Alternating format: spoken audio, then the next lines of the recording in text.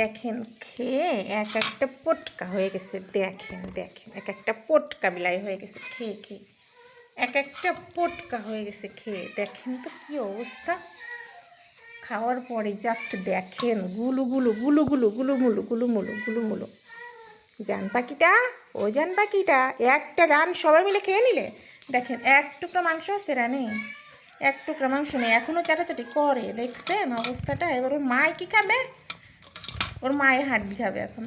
আল্লাহ, ওরা এখনও ছাড়তেছে না, তাহলে বলেন তো ওর মায়ের জন্য একটুও রাখলো না। দেখছেন খেয়ে দিয়ে হাঁটার অবস্থা দেখেন। এবার ওর মা খাবে কি? হান্ডিতে একটুও নাই। এই যে হাড্ডিতে যদি একটু মাংস থাকতো ওর মা তো খাইতো। আহারে বেচারা।